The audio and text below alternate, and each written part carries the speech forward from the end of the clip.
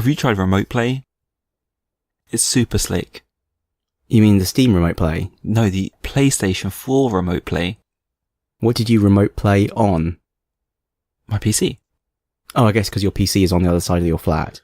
And I get to play on a monitor with a desk. I much prefer it that way. That flat screen is just too big. That's possible. It's like such first world problems. My TV's too big. I can't deal with it, man. And also, I've been told that it's not healthy for my daughter just to have the sound of gunfire. Oh, this is for COD, is it? COD World War 2? Yeah. Have you been playing COD? I need the campaign. Oh, the single player? Yeah. Okay, I've not tried the single player. I've never played the single player for any of the Call of Duty games, shockingly. Only the multiplayer. I think the single player is quite fun.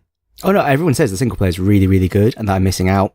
But I think it's because I'm not really into the COD games. I only play them because other people are playing them. And as a result, I just play the multiplayer. It's funny, usually I'm not into this kind of game in general. Like PUBG is like the massive exception. I don't know why I'm playing it so much. If you'd asked me to suggest the kind of games that I enjoy, I would never have said, military shooters or squad-based shooters or anything like that. They would have been way down the list. I would have said puzzle games or RPGs or something. And yet, weirdly, PUBG is some weird exception. Because it's so social. It's so social. Yeah, I think it's the social aspect and the trolling. It's actually allowing me to express some aspect of my character that I never usually get to express. I've become really disrespectful in this most recent few dozen hours. I've actually started just running out into the open and being like, it's fine. I'm sure their aim is shit. I'll just kill them when they start shooting at me. And then I've been doing it. I don't know what to make of that. Yeah, I don't know either. Something's gone wrong. I've gone slightly mad. This year. Mad with? Power. Depression. Angst. What am I doing with my life? I've still got this cold. I've had this cold like almost a month now. Can you believe it? It's terrible. You sound better though. Yeah, I am a bit better. I've just taken a load of pseudoephedrine. I'm going to be insufferable for the next half hour. Only half hour? Well, good thing this podcast is longer than that.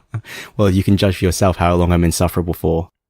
Well, I've known you 3 years. You've been insufferable for most of it, so it's fine. I can't believe it's 3 years. I can't believe it's 3 years. This is shocking. This is a shocking revelation. It's not really a revelation. This is a shocking... I don't know. I've lost all vocabulary. Hope that's okay.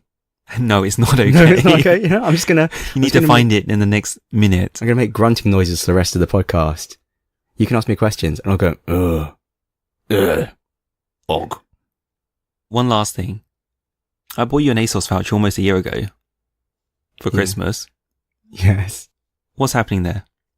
Will my voucher expire? I checked, it actually expires December 2018. I've got a whole other year. To spend this voucher. But no, I really should spend it imminently. I find spending vouchers really difficult. Not even your money. Is that why you're more precious with it? I just don't know what to buy. I find the idea of buying clothes online really weird because you can't try them on. And so many times I see clothes in a shop and try them on and be like, wow, this was a mistake. Just buy something standard. You don't need to go all out. No glitter. No sequins. You're safe. No glitter, no sequins. I do need new clothes. I do need to upgrade my wardrobe. Yeah, because you can't wear the same trousers every day. I beg to differ. I have been. But yeah, you're right. I can't. It's fine. Just buy whatever you want. It doesn't matter. Buy a hat if I care. Buy a hat. I need more interesting hats for streaming. I'm very self-conscious about streaming with that hat. You should try and reproduce all the hats in Mario Odyssey. I'm not streaming Mario Odyssey. Actually, you get in trouble. Sorry. You know what we should mention? I spent more real money on PUBG. Did I tell you this? When you say more, it depends. More on top of what you told me before, or... Because I spent 46 Hong Kong dollars, which is about like £4.50, on a jacket for my character to look more dapper. That I know about. But then, recently on the PUBG streaming, I was requested to turn on face cam. So I turned it on.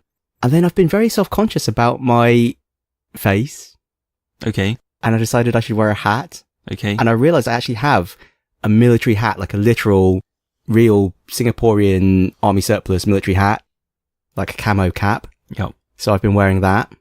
And then I realised there's a hat just like that in game in PUBG. So I bought that hat. It was $132. 132 Hong Kong dollars. That's still more than my coffee. So embarrassingly, I've now spent approaching £20 on PUBG cosmetic items. Your plan is to dress as your PUBG character? Yeah, I have been. I've been streaming after coming home from work. I'm wearing a shirt and the hat. I should probably wear a black jacket and like a half undone tie, and then I would actually look like my character. Someone observed the other day that I was actually just taking painkillers while sitting at the computer, and they're like, oh, he's method acting. He's just like his computer game character. I was like, yeah, you're right. I should just guzzle some Red Bull at the same time. Purple miniskirt? Is that what's next? Oh, this is why I can never stand up in front of the camera. I'm already wearing a purple miniskirt. I'm not really wearing a purple miniskirt. Let's just make this clear. Welcome to Lost Levels Club. Welcome to Lost Levels Club. I have with me today Sir Michael. Hello. And myself. Father Ting. I think you should channel Father Ted. No. When you're Father Ting. No?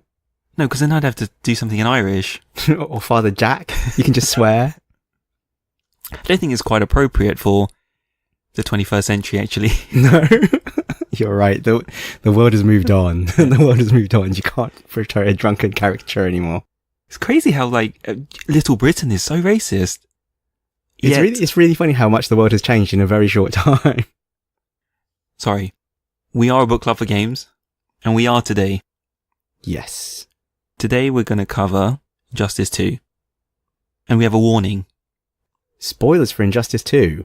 Spoilers for Injustice 2. If you care about the story and believe it can be spoiled. I mean, it's a fighting game, man. So, no need to be too precious about it.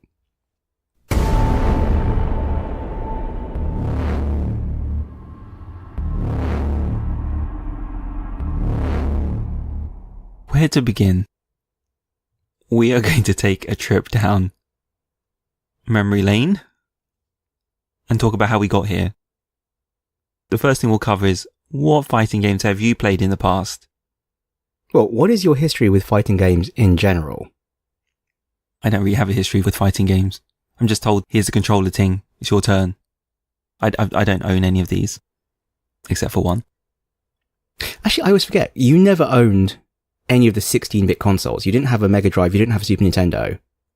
Your first console was a GameCube? No, N64.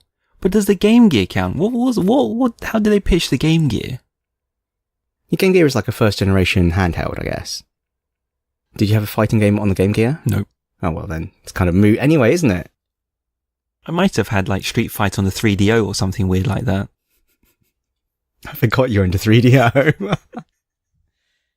So, your one fighting game that you owned, really, was Smash Brothers on the GameCube. Yes.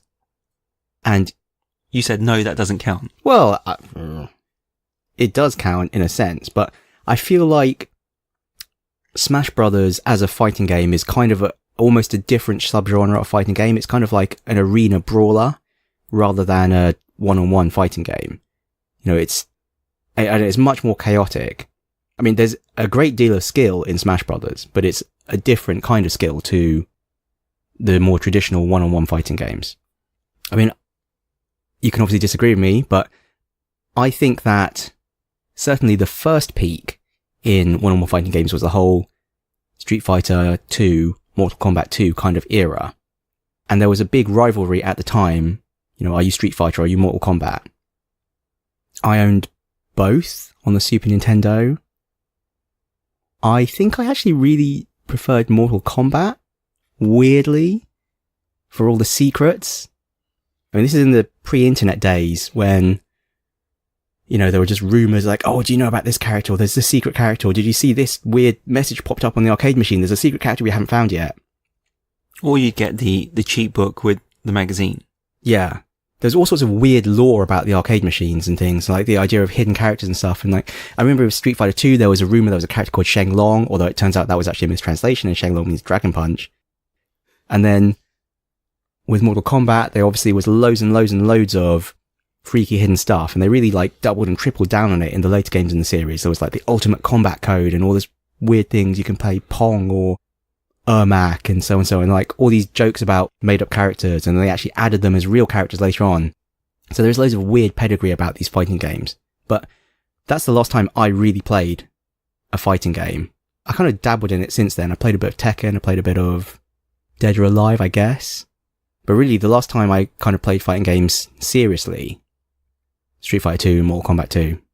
And I wasn't especially good at them even then. I mean, that's back in the days of being a kid and being, well, thinking you're good at stuff, but you're only playing against, people on your street. This is before you have to play against the whole internet and realise that you suck. And then in recent years, there's been a resurgence in the popularity of these one-on-one fighters. Street Fighter 4, I think, leading the charge. Yes, most recently, yes. And then... Even that was a long time ago. It's true, actually. That was a long time ago. Jeez. And then what was the DC versus Mortal Kombat? I remember they had to dial down the Mortal Kombat levels of gore for that. Mortal Kombat versus DC Universe. So I guess this is the beginning of the pedigree that leads to Injustice and then Injustice 2. Because that would be the right kind of era, wouldn't it, for Street Fighter 4? And then NetherRealms kind of answer to that. A crossover between DC and the Mortal Kombat universe. Well, I guess again, versus Marvel versus Capcom, which was obviously the Street Fighter side of that equation. Anyway, what we're really trying to say is, neither of us really plays fighting games. We wanted to talk about how much things have changed. Last time round when we talked about setting up Injustice 2, you said we must play X amount of characters. And I said, oh, it's not like that anymore. And it really isn't. Yes, I was very confused. I really thought this was... Well, the last time I played a fighting game was... Actually, I did play Street Fighter 4. I did buy and own Street Fighter 4, and I felt like I wanted to be good at Street Fighter 4. I did actually buy a fight stick. But then, as I admitted to you just before we started recording this, I never actually unboxed my fight stick. It's still in the box next to my couch. I literally use it as a side table to hold my laptop next to the TV. Did you play Street Fighter 4? I did play it. I wasn't very good at it. Trying to play Street Fighter 4 with the Xbox 360 controller is a nightmare because the D-pad on the 360 controller is rubbish. It's so mushy and imprecise. And the analog stick is not really a good match for fighting games. I mean, jumping forward a little bit, with Injustice 2, what did you use to control it? Did you use the analog stick or did you use the D-pad? I use a D-pad. Yeah, I use the D-pad. For a fighting game, I think the D-pad is a much better match when you're trying to do precise movements and taps and rolls and things. But you don't need to be so precise with Injustice 2. Do you not? No, let's talk about Street Fighter 4. Okay. Did you ever play the tutorials in Street Fighter 4? Yes. Did you find that no matter how hard you tried, you could not complete the combos? Yes, it was extremely difficult. This is what led me to buy the fight stick. And then in the period between ordering the fight stick and it arriving, I kind of just gave up anyway and decided, you know what? I've got other things to play. Did you say why you bought that fight stick? Well, because I can't deal with a freaking 360 gamepad. Also, the fight stick was 50% off. I mean, that was the major thing. I played Street Fighter 4. I found it freaking impossible to play precisely with the 360 gamepad. And then I got a message from a friend going, hey, the fight stick is 50% off. You should buy one. So I bought one. And I said to you, is it like a half-sized portable effort or job? And it's not. No, it's a big chunky thing. It's like the size of your laptop, basically. Yeah, it's a monster. Never unboxed. I'll use it one day. And, there's something else. This wasn't the only thing that we brought up that made you sound like a crazy person. You only just realised that you own Injustice 1. No. You say it like that, and it makes me sound particularly crazy, but you could have owned Injustice 1 as well. Let's be clear here. Injustice 1 was a PlayStation Plus free game of the month. One of the first AAA ones. It was a big deal. And I downloaded Injustice 1 when it was the free game of the month. And you didn't. No, I didn't. And that's the only reason that you don't also own Injustice 1. We both could have owned Injustice 1. But I knew of my failing immediately. Whereas I completely forgot that I owned this until we were going through the notes for this podcast. And then I was like, hang on a minute, I own Injustice 1. What the hell? Because I wrote down several times in the notes, oh, I wish I'd played Injustice 1, because then maybe I'd know what was going on. And then I realized I do own Injustice 1. I have no one to blame but myself. The thing is, though, I think that when you receive a game for free, you don't have the same relationship with it, you don't feel the same way about it. Or when, as we might get to another day, when it comes to the Kickstarter games, when you backed a game and you paid for it like 5 years ago, and then they give it to you, the act of paying for the game versus receiving the game is just so far removed that, again, you kind of treat it the same way. Or all the Humble Bundle games where it's like, oh, there's this one game I want, I'll pay $10 for the bundle. You get 10 other games in the bundle. You completely forget those 10 games exist. Or at least I completely forget those 10 games exist. No, you're right. So I completely forgot that I actually did own Injustice 1. There's a difference when you're a child, when you only own one game, and the bond you have with that one game is immense. Anyway, so what we're really trying to say is neither of us really knows modern fighting games or the conventions of modern fighting games. I guess the closest we've got is playing Street Fighter 4, since I own Street Fighter 4 and wanted to be good at it, but then gave up. You've played it a little bit, someone else's copy of Street Fighter 4. Yeah. And that's our only real exposure to all these focus moves and meter burns and cancels and so on. Like, these are concepts that kind of existed unofficially, I think, in the Street Fighter 2 Mortal Kombat 2 days. They were kind of like quirks of the engine that led you being able to cancel one move into another. And then super moves were not like officially supported until Super Street Fighter 2, I guess. And then I suppose I have played games in between that do have these ideas, like X-Men vs Street Fighter, Marvel vs Capcom, but I just played those games for the flashy graphics. I was never good at them. And I think mechanically those games are just really unbalanced. They're just for fun. They're just like Shinku Hadoken and massive Mega Eye Blast. No one really cares about it being a competitive game. Whereas I think Street Fighter 4, they explicitly made it to try and be competitive, and Injustice, they're deliberately trying to make it be a competitive game. They're trying to give it depth rather than just button mashing. Although button mashing evidently works as well. I wanted to add that Injustice 2 came out on PC. Yeah, like last week or something, I saw this. I got some notification on Steam that said, oh, Injustice 2 multiplayer beta now available. I was like, huh? Yeah, sorry, I made you slam it on the console. Well, it's not fully out on PC, it was just a beta. I don't think it's out on PC. It is now. Is it now? It is now. Okay, to be honest, I'd rather play it on console anyway. Oh, good. We should move on.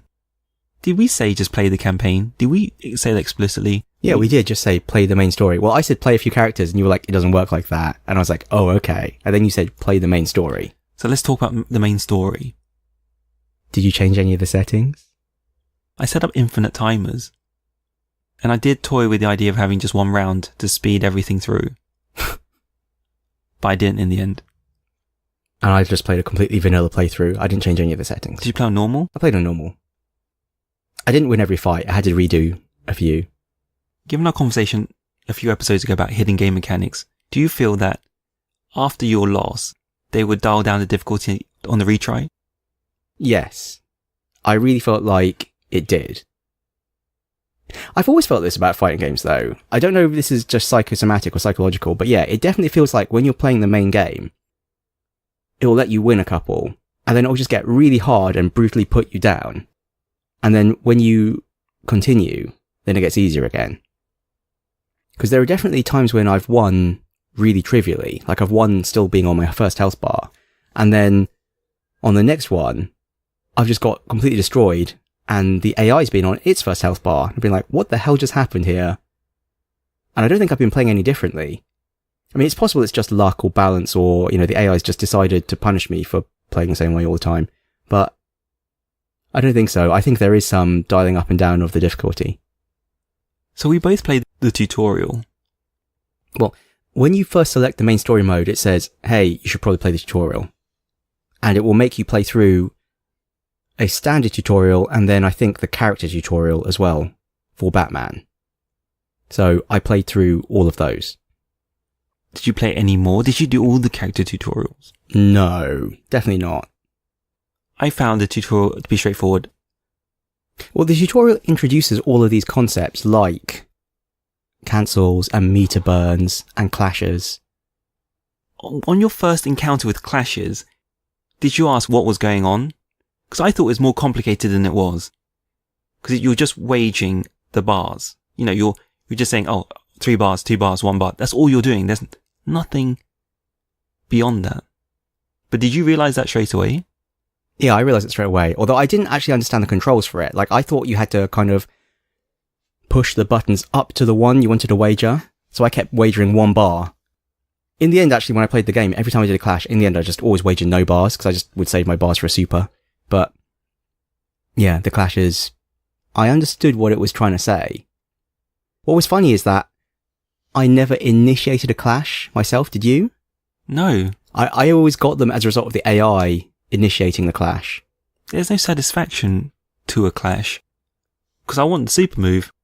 Yeah, it's quite a powerful mechanic though. Like, you can regenerate a lot of health on the basis of the clash. Because I don't know if you noticed that as you take damage or as you damage your opponent, their bar kind of goes yellow and then ticks down.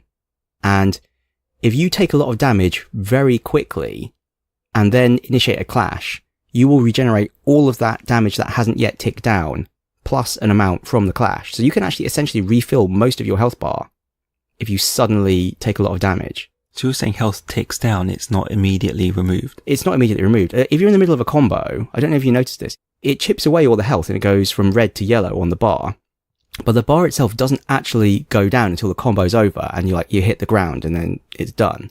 So if you've taken a large amount of damage, you can initiate a clash and you'll regenerate all of that health and then some. Like, there are quite a lot of mechanics in this game that are quite deep if you want to play with that depth.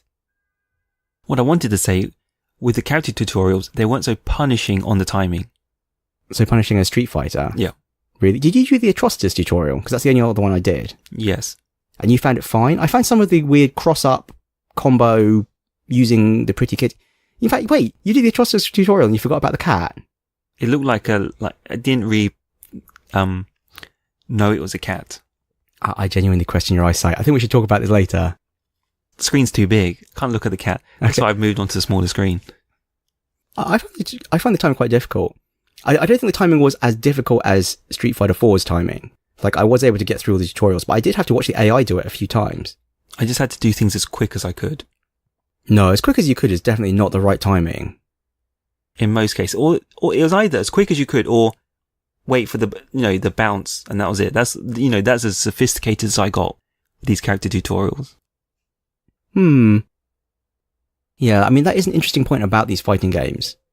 Because I think a fundamental change has been, before the advent of the internet, when it was all about the secrets and knowing the moves, knowing the move was where your skill came from. You know, knowing the input to do a fireball or a dragon punch, that was where the skill came in. Whereas now, you pause the game, it just lists all the moves for you. You want to do a super move, you don't have to push 3 buttons and do some crazy input. Now you just pull the 2 triggers down.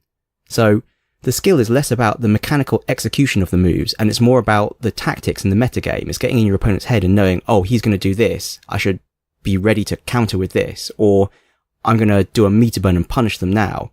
You know, it's less about the mechanical execution and more about the strategic planning. There is still some execution involved. There is still some execution involved, as you pointed out, with the timing, but I don't think it's as much. And I think Street Fighter 4 or the Street Fighter games are more on the execution side, whereas these NetherRealm games are more meta. Yep, agreed. Having said that, I haven't played Street Fighter 5.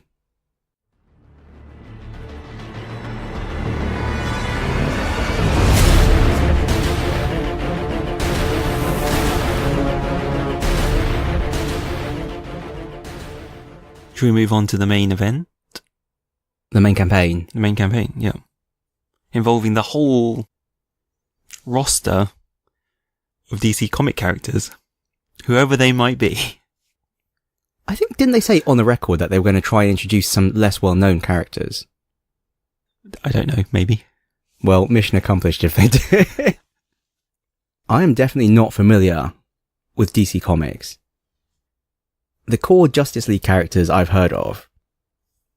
But once you get beyond that, Yeah, I'm very confused. It's funny to see how many are analogous to a Marvel character, which I guess I am familiar with. For example, Actually, I'm not even sure what I mean by that. I don't know. Like, Black Canary. I saw Black Canary and I was like, is she like Black Widow? I guess so. She's like got funny martial arts flippy moves. no, Black Canary has a shriek though. You're right, she does. And kind of crossed with then the Inhumans Black Bolt, because that's his power too. I guess there's only so many superpowers that people can conceive of. But it makes sense. You know, if you're part of one house, you'll start imitating the others, right? Just to have something like for like. I guess so. Gorilla Grodd appeared to have fairly crazy powers. I hadn't even heard of Gorilla Grodd until this game. Like, I'd literally never heard of him. Same. So my only familiarity, I guess, with a lot of these characters is from playing the Batman Arkham games, because many of the villains... Well, the Arkham games essentially try to shoehorn in every Batman villain ever. And so I knew them from that. Or from films, I guess, like Suicide Squad. That's why I knew about Deadshot. I'd never heard of him before that. I don't really read comics. I don't know about you. No. But I consume media, so some of them are from TV shows as well. Cheetah. Never heard of Cheetah. And Dr. Fate.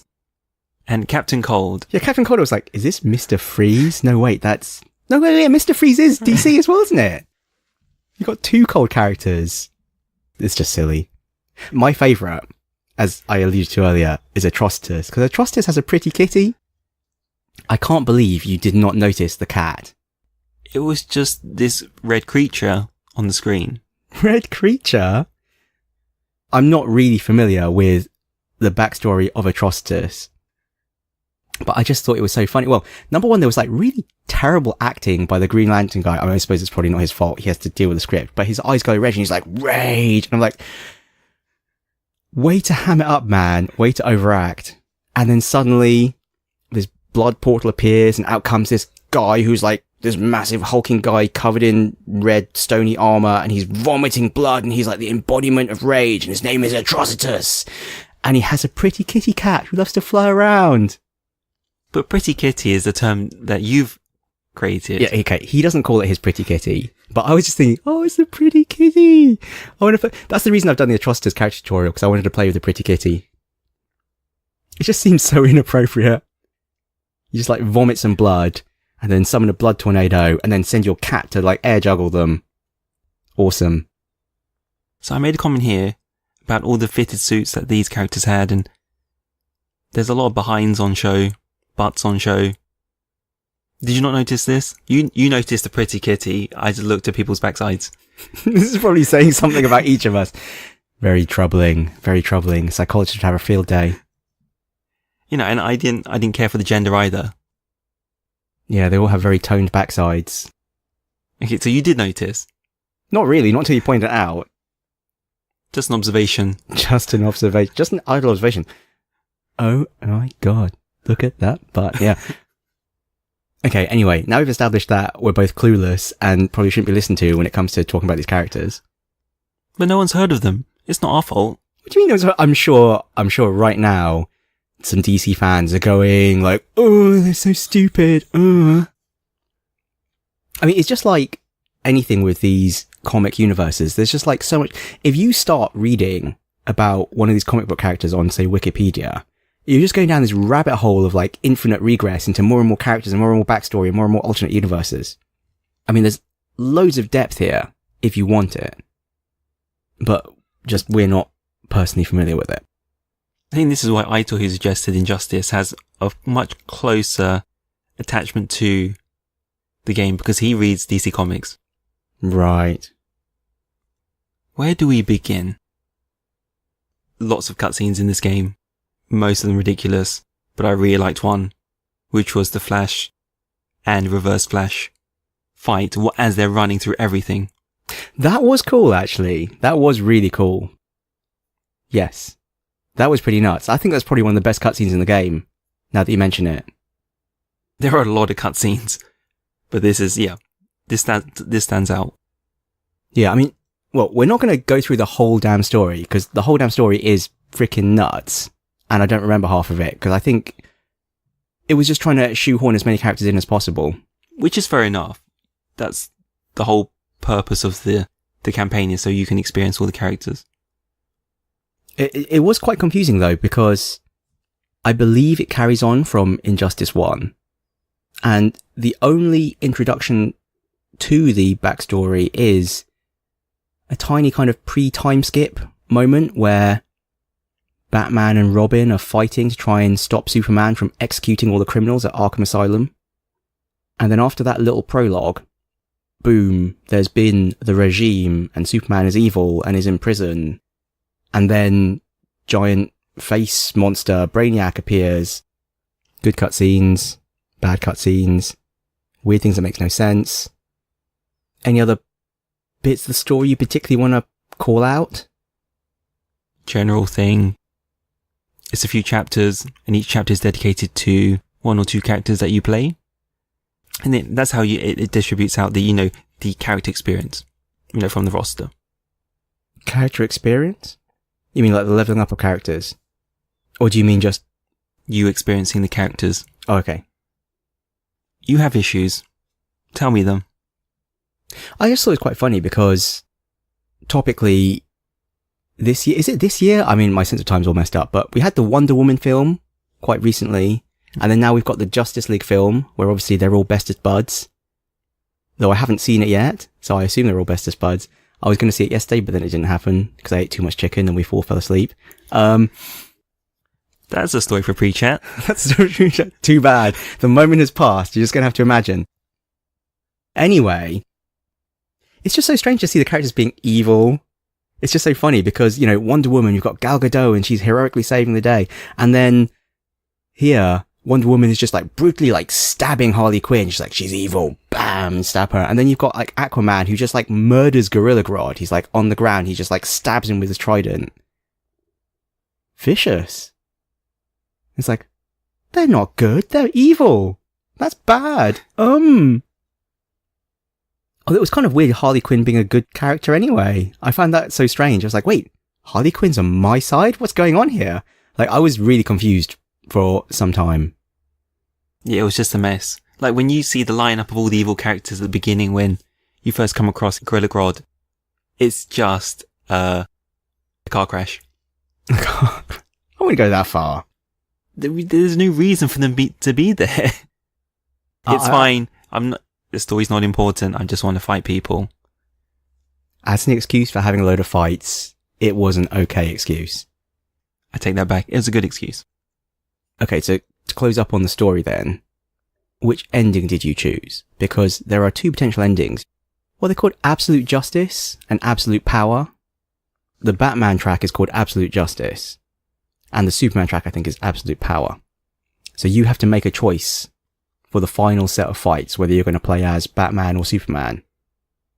Whether you're going to kill Brainiac, or whether you're going to keep him alive. And then there's well, from the story perspective, it's kind of bad. He's just taken a load of cities. He's just annihilated loads of stuff. He's just vacuumed up millions of people. I suppose it's just don't think about it. It's really common in this sort of superhero genre. Just don't think about it. It's just all for drama. Even in the Superman film, they just blow up Metropolis, don't they? Anyway, that's irrelevant. Which one did you pick? Absolute Justice. So Batman. Yeah, it was a no-brainer for me. Yeah, I also picked Batman the first time round. And were you satisfied by the ending?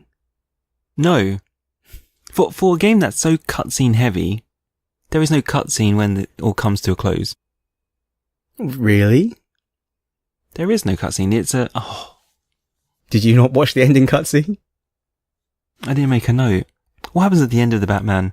You beat down Superman, and then it's kind of implied that he's depowered, because he uses the gold kryptonite knife on him, and he says, be careful, too much exposure and you'll be depowered permanently. And then I guess it's implied that they do that to him at the end, because he's in cuffs in the Fortress of Solitude without loads of red sun stuff around him. And he says even without my powers, I'll be back. And they banish him into the Phantom Zone. Have you watched the Lego Batman movie? Yes. Yeah. Like that. That's where you send true villains to the Phantom Zone. but that's it. And then it's over. And that's over. What did you expect? I don't know. I thought there'd be more fanfare. I thought there'd be more reuniting of the cast. Or there'll be more of a conclusion. It wasn't just, maybe the focus was just purely on the Batman-Superman relationship. Yeah, you didn't get a little epilogue for all the characters. Yeah. Too bad. You know, it's funny thinking about it. Doing the story in this way, where there is a main story to play through, is probably much cheaper production values wise than having individual campaigns for each of the characters and having to do a distinct ending for each character like they used to do. Because if you think about it, like, in the Street Fighter days, an ending per character was really cheap to do because you just threw some text up on the screen. But if you think about, like, Tekken, for example, the Tekken games have a distinct CGI pre-rendered movie for each of the characters. That must be pretty hard to do. With modern production values, I mean, and all the voice acting and everything, that's not going to be cheap. You have to do that for each character and have a distinct, you know, what people would expect from a storyline for each character. And that's content not everyone sees as well, because not everyone will play through every character. So, I see what you're saying about the lack of epilogue. I must admit, I never thought of it. And then, I then played through all of the other alternate versions of the fights that I didn't do the first time round. Because I think when you first play through it, you do like 51 out of 76 possible fights. And if you want to see the other ending you didn't pick, you have to do all those alternate fights, and then it will let you skip straight to the other ending. So, I did all those fights. And then I also saw the Superman ending.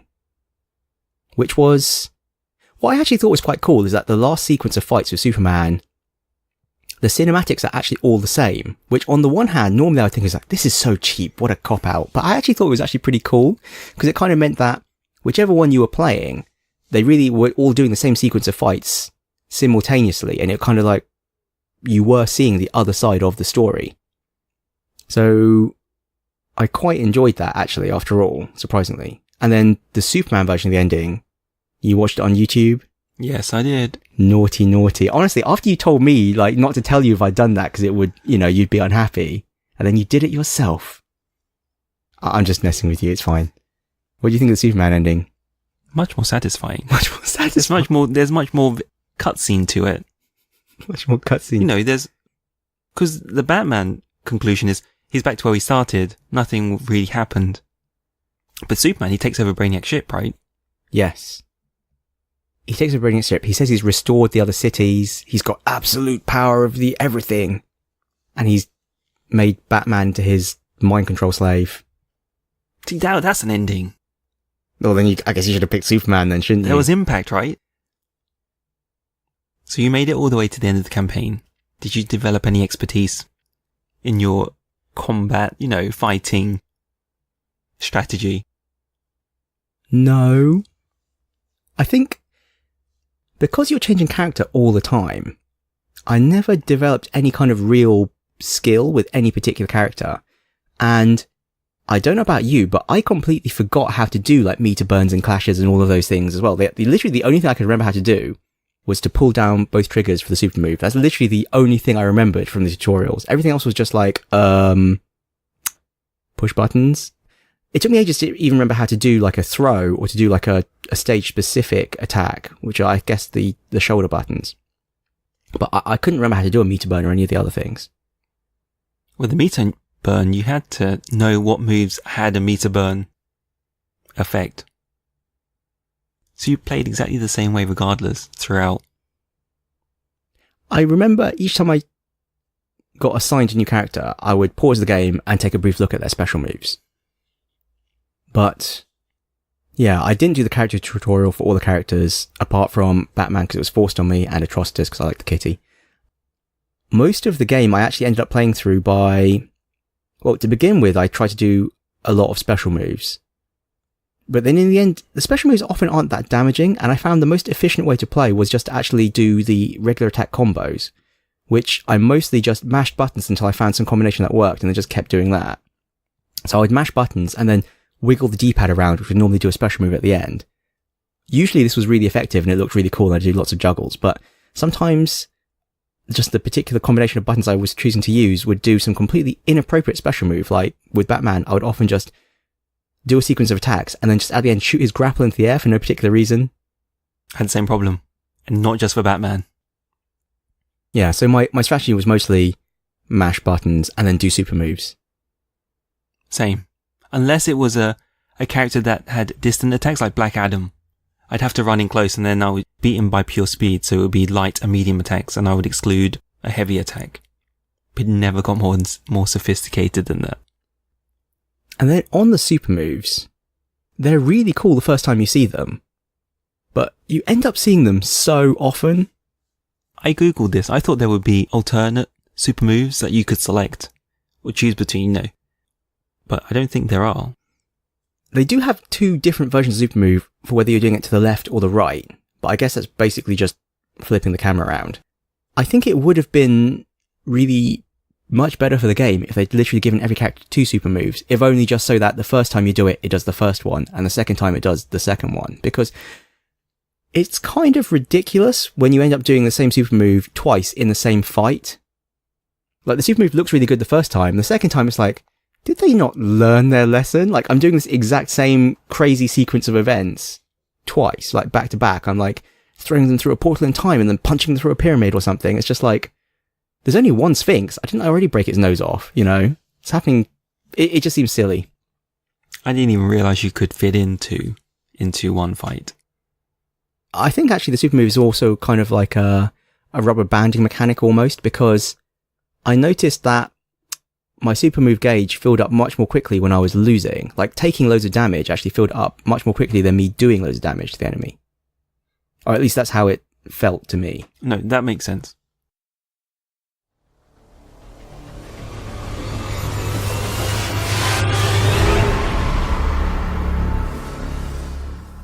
Can we move away from the fight mechanics now?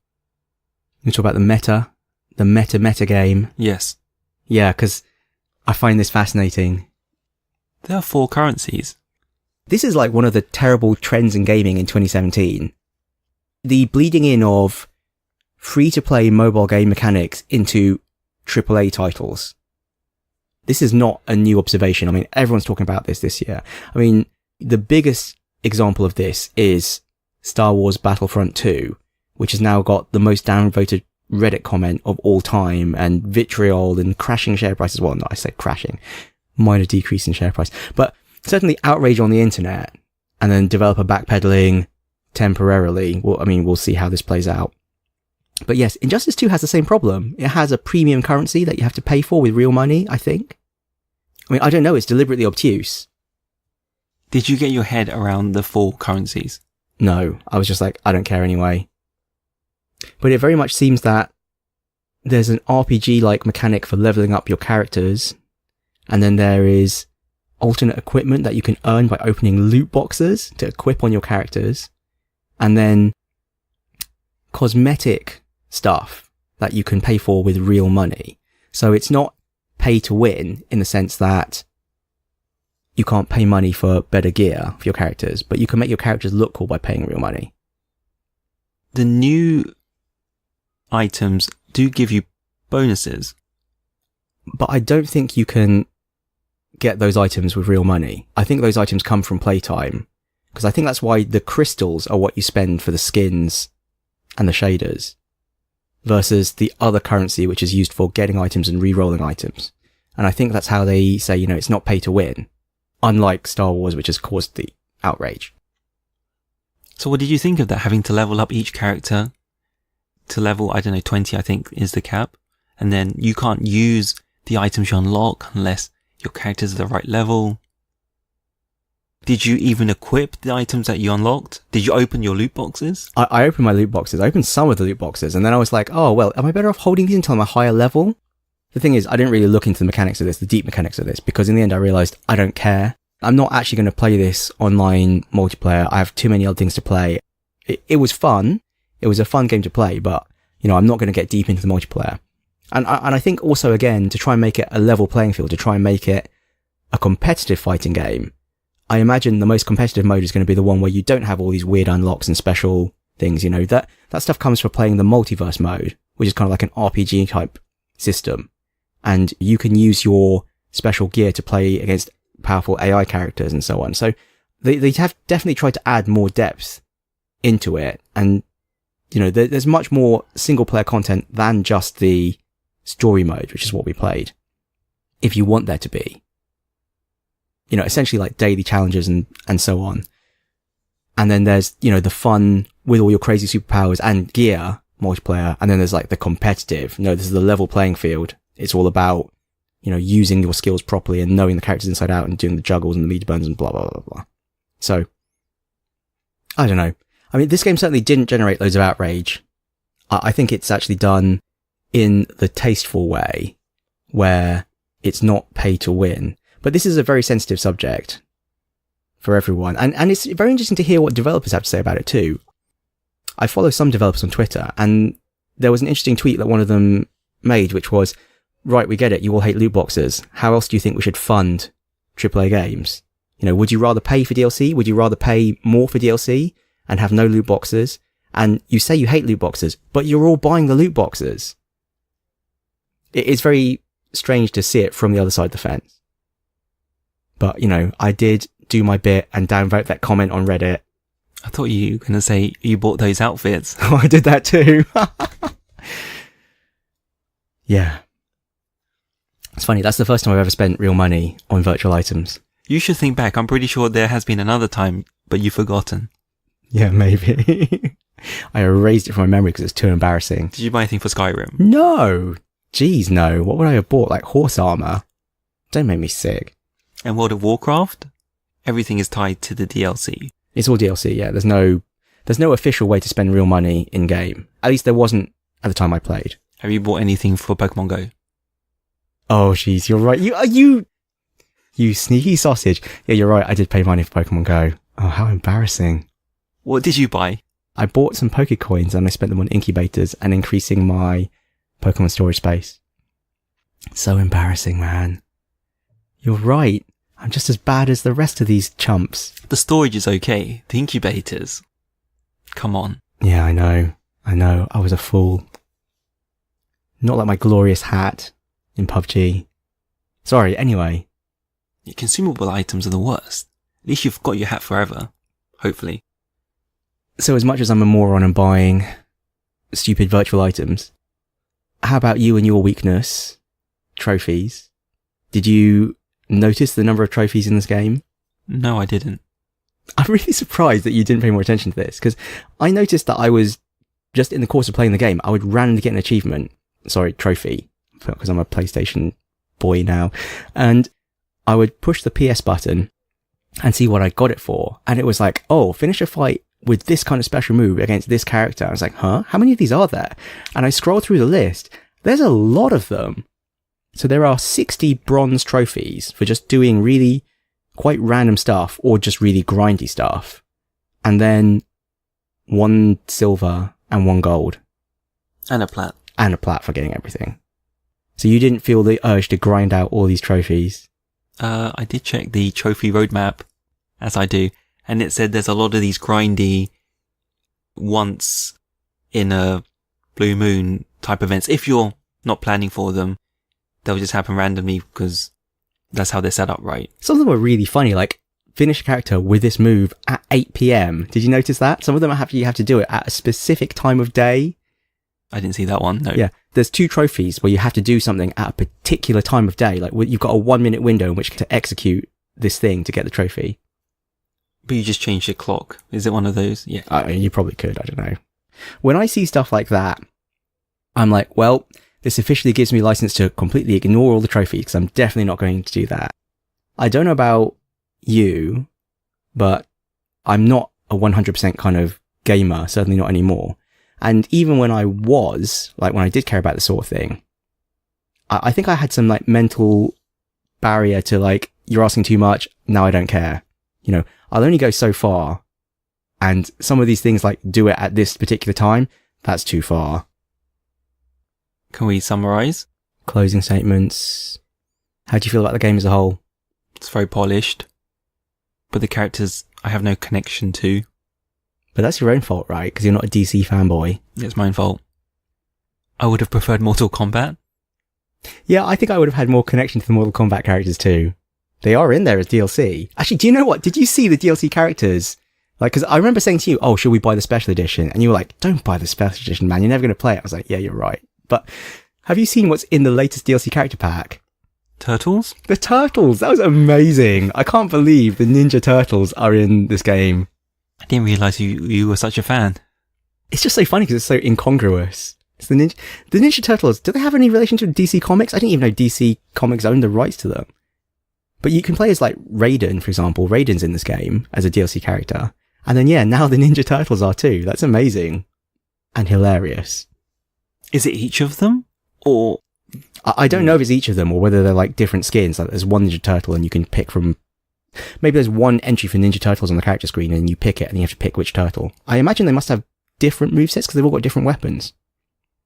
So, yeah, I don't know how it's going to work. But I found that amusing. I did appreciate the polish. I thought it was really weird as well, seeing them being bad. I know that Superman being evil and the regime is like a major kind of story arc in DC. Like it's one of their major multiverse versions of the world, one where Superman is evil.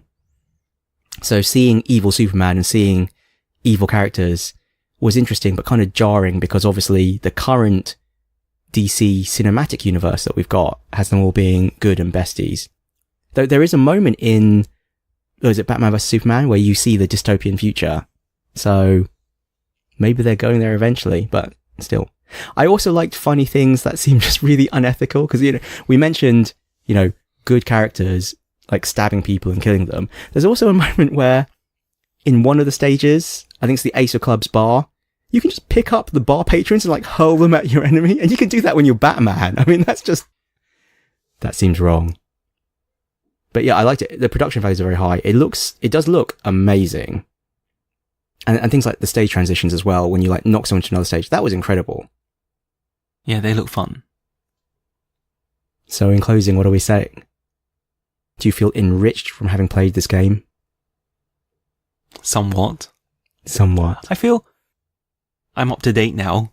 I feel like I know what's going on with these NetherRealm games and what they're doing. But you're right. You know, I don't feel compelled to play Mortal Kombat. I don't know what it is. Mortal Kombat 10, 11? Oh, jeez, I don't know either. Injustice, I don't feel compelled to play them. Seeing as I already own Injustice, I'm vaguely curious about playing the story for that, now that I know what it is. Even only just to give some more context, but let's be honest, I probably won't. It's got to a stage where it's so polished it almost feels like there's no soul, which is unfair to the developers. No soul? Yeah. It feels just like a corporate... It's just too slick. Just too slick. It's funny that you level this charge at DC rather than, say, Marvel in the Marvel games. I mean, for example, the new Marvel vs. Capcom, have you heard that they've removed a lot of fan favourites? Like, they've removed all the X-Men characters from it, and they've replaced them by Doctor Strange and Groot and Rocket and stuff. And have you heard the alleged reason behind that? Nope. So, Fox owns the rights to using the X-Men in movies. And obviously, Disney, Marvel, does not. And so, given that they're making Marvel vs. Capcom, and Disney is really behind it now, in terms of the license, they're now saying, we don't want to give free advertising to the X-Men, take them out, put in Doctor Strange, put in Groot, put in the characters we control. Because this is all just more marketing for us. That's the very slick corporate messaging. This probably has more soul, just we don't appreciate it because we're not DC fans. Yes. Well, we're not really fans of any comics, to be honest, probably. I do enjoy the occasional Wikipedia binge and being like, what the hell? Yeah, when you told me about the Infinity Stones, I did have a Wikipedia binge over that.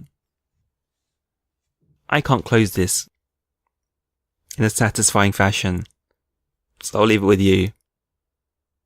I don't know how to close this either. I don't know how to feel about it. I'm glad I played it. You know, I'm glad I played it. We always say that. Yeah, I'm glad to have had a reason to play it. It's fun to see, having seen the other side of the fence too, because I played Street Fighter 4, and I've seen the way Capcom is going with their fighting games. So to see the evolution of the Mortal Kombat line of fighting games as well, that's been fun, given that I used to like Mortal Kombat. It's funny though, because they obviously have dropped all the weird secrets, which is what I enjoyed about Mortal Kombat. But I guess games like that don't really work anymore, thanks to the internet. Such as life. I think my view of fighting games has been still focused on the period of like Tekken and Virtua Fighter where everything's more showy. Because I think... Was this not showy enough for you? No, I think Injustice 2 is quite subtle. I think that's what makes it... It's quite subtle. he runs through time and throws him into the Sphinx and breaks his nose off. Then he grabs him and runs through time and throws him into a T-Rex, which is like, what the fuck? And then he runs through time and throws the enemy into itself. Subtle. Maybe that's what I expect nowadays. It's Mortal Kombat that has, you know, the X-ray vision where you go in and you see the bones crunching. I need that level of grotesqueness. If that's even a word. It's been very hard to sum this one up. Do you want to give it a score out of 10? No. No, neither do I. I feel so unsatisfied. Did this game leave you wanting more? No. Let's pretend this never happened and move on. Okay, so here's an angle to close out on. Please. What is the purpose of this game? Like, what is the purpose of a fighting game in the modern computer games landscape? You know, what purpose did they fulfill before? If you think about it, you had the whole multiplayer, but this is pre-internet multiplayer. You had to be sitting on the couch and fighting against your friends. Or in the arcades. Or in the arcades is a slightly different thing, where you might be playing against the AI, but you want it to be flashy. You want to draw a crowd. You know, you want people to see cool stuff. You want people to do things. You want to see secrets and people be like, whoa, how did you do that? The world's not like that anymore. Arcades are dead. And the multiplayer, you're much more likely to be playing against the internet, against someone faceless. There may as well be an AI for all you care about, albeit a much better one. But you're not there in person with your friend, like joshing them and having a go and banter and whatever.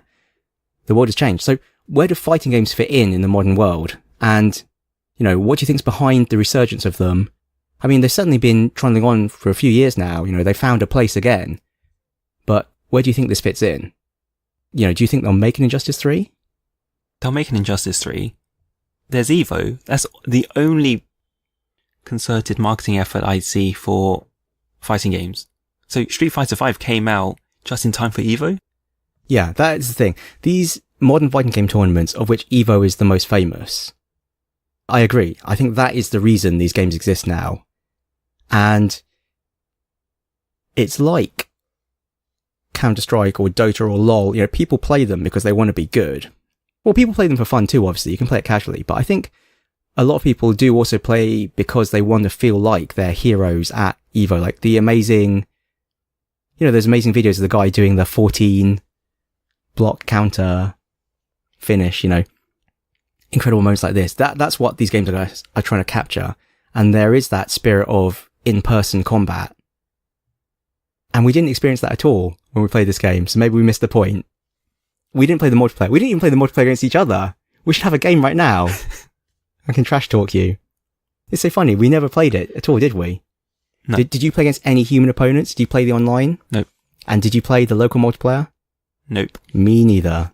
So maybe that's why we're confused and not sure what to say, because to be honest, we just played the filler. We didn't really play what this game is probably all about. Well, that's not quite true. I think if you are a DC Comics fan, then the story will probably mean a lot more to you than it did to us. Or it may frustrate you as well. Maybe it'll frustrate you even more. It's like, what? It's like, that's not Rexstar's moveset. The pretty kitty's supposed to do it. Yeah. Is it Rexstar or Dexstar? Dexter. Oh, geez. This just goes to show. Sorry, man. I didn't even know the kitty's name. Are you satisfied? I'm very satisfied. There you go. That's why they pay me the big bucks. We're both paying to do this podcast. We don't make any money from it. It's costing us money every month. So where to next? So the next book club game, we're going to pick something very short. So this is actually my choice. I've wanted to play this for a while because it's just so different. I actually thought this was like a 10, 15 hour game. It turns out it's actually less than 3 hours long, but given our busy schedules, maybe that's a good thing. So now I've labelled it long enough. Her Story. So this is an FMV game, basically. Way to sell it. Sorry, man. I don't really know very much about this game at all, other than that it's kind of weird and experimental and different. Turns out it's very short. I think it's only on PC. It was in the Humble Bundle a few times. You're not talking about the game here. I'm not sure. Well, I sometimes think that it's better not to give too much away, and for a game that's so short, maybe the less said about it, the better. And also because I actually know nothing about this game other than the name. What I think it's about, having done no research about it, you're trying to solve a murder. You have a load of recorded interviews with this woman, and the interviews are all indexed by this search engine, but you can only... Wait, you said enough. Okay. You've said enough, actually. Don't ruin it totally. That's too concise. That's too good, actually. Okay, there you go. I've been shut down by Ting. Yeah, things reveal themselves to you as you see different aspects of the story. Have you played it at all? Nope. Have you watched any videos or commentary about it? Yes. Oh, okay. You've done more than me. Yep. So, yes. So bits and pieces fall into place as you play more and the bigger picture reveals itself. It's very compelling. So, the book club game for next time is Her Story. It's very short. Finish Her Story by the next book club episode. Do you own this already, or do you need to buy it? You gifted me a copy. Oh, did I? There you go then. I wonder if I have any more gift copies spare. Write in if you want to try and shill for one. We were Lost Levels Club.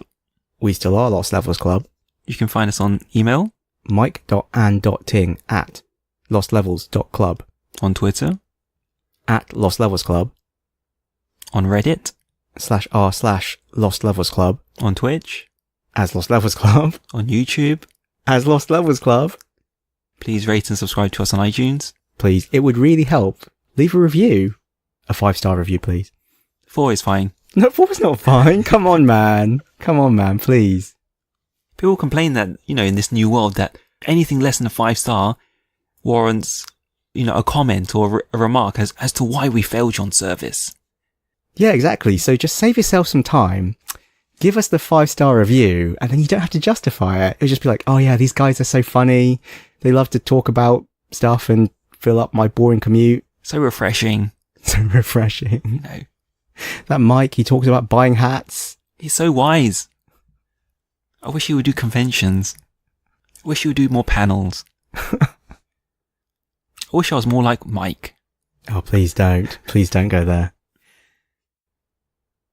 What are you grateful for? Oh, jeez. This always catches me off guard. I don't know why. I should prepare this. What am I grateful for? I'm grateful for people who've been watching me stream PUBG on Twitch. I feel like a real streamer now. You're one viewer.